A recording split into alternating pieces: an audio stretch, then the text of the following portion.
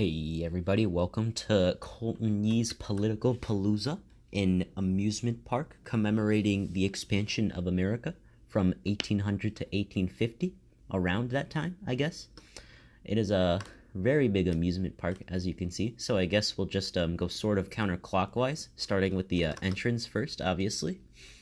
So what I did with this is I put nativists as the front guards, bottlenecking all the visitors into the actual park itself, because obviously as nativists they're going to be very adamant against foreigners, and they will scrutinize them heavily, so they're very good for border security.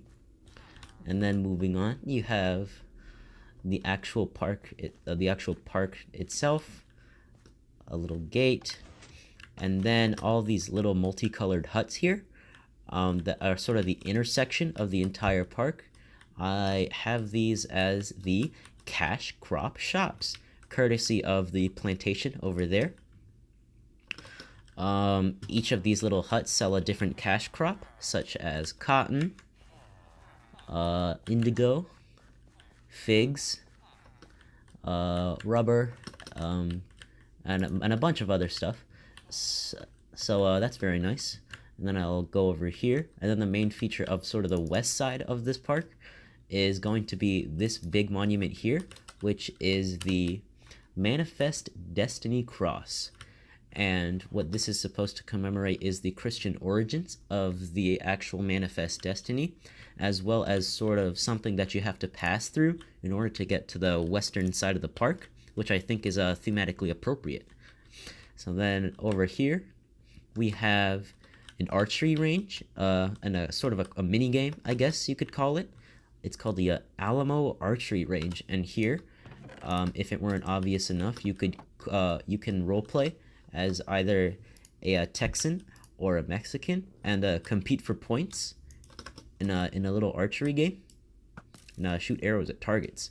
And then if that's not competitive enough for you, if you go over here, you can compete. You can get that. You have the chance to compete against none other than Antonio Lopez himself in an epic duel, like so. And then conveniently located right next to the archery station, where people are bound to get hurt, you have the first aid station featuring Polk and Andrew Jackson. And you'll see that Andrew Jackson is actually the supervisor of the first aid station here, because James Polk was actually inspired by a lot of the legislation that Andrew Jackson passed and based a lot of his policies off of it. So I think it's very appropriate. And you see a little employee of the month sign there. And then obviously this big old pyramid over here is called the Presidential Pyramid. And in order to enter, you must actually meet the requirements of becoming a U.S. president, which include being at least 35 and living in the U.S. for at least 14 years. So the Presidential Pyramid, and what this is a gallery of each of the presidents organized in this way, because each consecutive president actually built off of the foundation that was laid by the previous president, which I think is a very clever, if you don't mind me saying. Then lastly, since this is the time period we're working with, we have James K. Polk, and as long as America still exists, this exhibit is constantly going to be under construction. And then moving on to this side, I guess, we have the area of our park known as the Suffrage Slopes. Alright, and the main feature is the ride here, known as Seneca Falls, the ride. And here, the main characteristic is it staggers scenery from that of a mine, like sort of like a coal mine, I guess you could say. It staggers that with a little with that of a little kitchen, to compare and contrast abolition and suffrage, because kitchens and women stereotypically have been very closely associated with each other, as has mining and slavery. So it compares and contrasts the two as sort of similar social issues fighting for the same purpose, you could say, just a different crowd. So it leaves it up to whoever's riding the actual coaster itself to make that decision. And then at the end of the ride, none other than Elizabeth Cady Stanton greets you as you exit. All right. And then over here, what I decided to do for the Trail of Tears is actually make a memorial boat ride. So as you can see, there is a no flash photography allowed in here. It reminds you to please be respectful. And then here is actually just sort of a summary of what happened during the Trail of Tears that I don't have to read out loud, but you're welcome to go back and actually read the entirety of this. So if you skip ahead to the actual beginning of the ride, you'll see the Trail of Tears, a journey of injustice, and you're greeted with this stone figure crying. That's actually the source of the main propulsion of the ride itself. This is to symbolize the actual suffering and injustice that the Cherokee Indians went through. And then over here is a little jukebox that plays sad music. Alright, and then if I get to a boat, I'll just show you. So it goes through here. Yep, it's just a little boat ride that I made. Splits off like this, like that, into here, where you're also greeted with another crying face, right there. So that's what I just decided to do for the Trail of Tears. And then moving over here, I have an obstacle course, which I called the Underground Railroad Race, where you and 3 other friends can cross over from the southern side of the park into the northern side, separated by this border here. And just like the archery range, if that's not competitive enough for you, you can compete against the reigning champion and professional boat racer, Nat Turner, in a one-on-one race to the finish in a boat. So that's that. Again, this is just a very brief overview of our rides. So then over, I guess we'll do this section next. Let's do the middle part. This is called, I called this attraction, another obstacle course, Main and Misery, which is a play on words on pain and misery, and then the actual states, which compare and contrast slave states to free states. So I have Maine, I have Maine represented over here as a slave state, which is represented by like the agriculture, sort of the theme of this. You can see the vines, the flowers. Pretty common among slave states to be based around agriculture. Then in Missouri, everything is more like industrial, as you can see, with the furnaces and like the iron construction, things like that. So that's the main purpose of this attraction. And then over here, we have, I call it the Temperance Teeter-Totter, which the Temperance Alcohol Challenge. Make it across the obstacle course while in a drunken stupor. So if we just proceed up this ladder, we take one of these potions. We take a bottle of alcohol, take a sip, and then you'll notice I am now drunk, and I'll try to complete. See, it's a lot difficult under the influences of alcohol, and this ride. Okay. I didn't. Oh, jeez. Yeah, and you would try to make it across this obstacle course under the influence of alcohol. Now, and as you can see, it's very difficult. So, please don't drink. Oh, okay, it's still active. Hold on.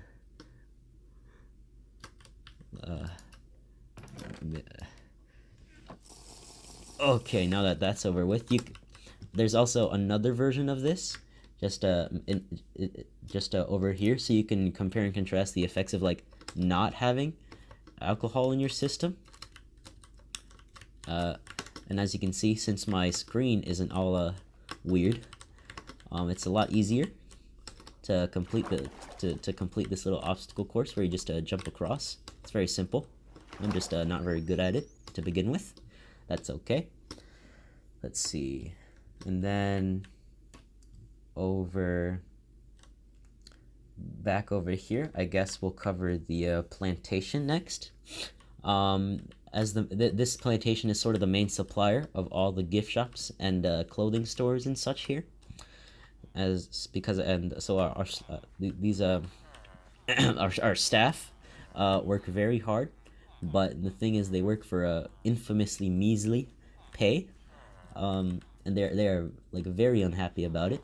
So if you go over here, there's actually a secret weapons cache that's home to none other than Gabriel Prosser, who keeps bows, arrows, and swords, because he's actually planning a rebellion, and he was actually a renowned blacksmith during his time. So there's a little anvil and some furnaces as such. So then moving on, next would be this section of the park, I guess. Here we have a little children's play area with a bunch of the different political mascots. All right, here we have an owl, a little owl that the youngins can climb up on and have fun with. That represents the Whigs, obviously. An elephant that I made for Republicans. Let's see, a moose for the know nothings, right? And then an actual straight up donkey for Democrats. And then a skeleton for the Tories to show their irrelevance, almost as if they were withering away now that Britain has lost all of its influence over America. So that's just a little play area that the youngins can have fun with. And then over here we have an eating hall, just like a cafeteria sort of place that I called Hartford Hall. Okay, so similar to the actual political convention of the Hartford Convention, it's just a little place where you can eat. But the funny thing about this is that you're always seated across from someone with opposing political views to stimulate political discussion. So here you can obviously see red for Republicans, blue for Democrats. And then over here we have just a different type of political spectrum, the authoritarian left, the authoritarian right, and so on. That you're always seated across from someone who has opposing beliefs, so you can talk about them, maybe perhaps reach a consensus. And then over here we have the menu, Independence Succotash, where it's so independent you just make it yourself. They just give you ingredients. Slavery salmon, which tastes like suffering. Beer, obviously. Alcohol was very important all throughout history. And Polk's special pasta made in USA, because he really doesn't like foreign influence in America. So there we go. And then continued over here is a bunch of similar items right there. And then the only exception to the special seating would be George Washington's table, where there really is no special seating, since he doesn't like political parties. And then let's see, over here we also have a separate table for Federalists. So then moving on would be let's see. Oh yes, this little gift shop here, the Spoil Yourself gift shop, where there's literally just a discount on everything related to Andrew Jackson, because that's sort of how the spoil system worked. They just gave you money if you supported their political party. So then let's see. Okay, next would be this little mini game here, this little bumper carts except with boats. I called this Monroe's Mishaps Boat Battle, where you can play as either America, Britain, France, or the entire European Union in like a little bumper carts thing to simulate tension between America and Europe about colonization and such. So that's that. Then just another eating area over there. Moving on to this big tent. This is actually the center of commerce for the entire park. It's the bank, and here are all the ATMs. If I push this button, it gives you money, essentially, like so. It just dispenses money, like pretty much how a real ATM works, right?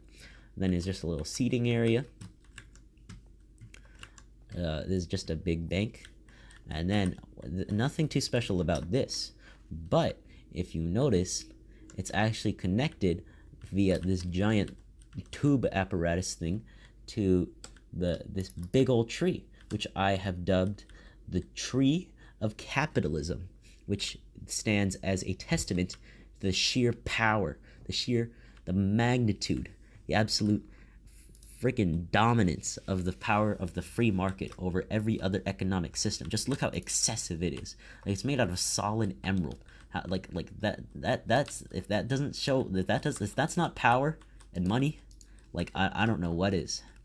Okay, and it's in between the bank and this, which is another boat bumper carts mini game, except this time based around the War of 1812.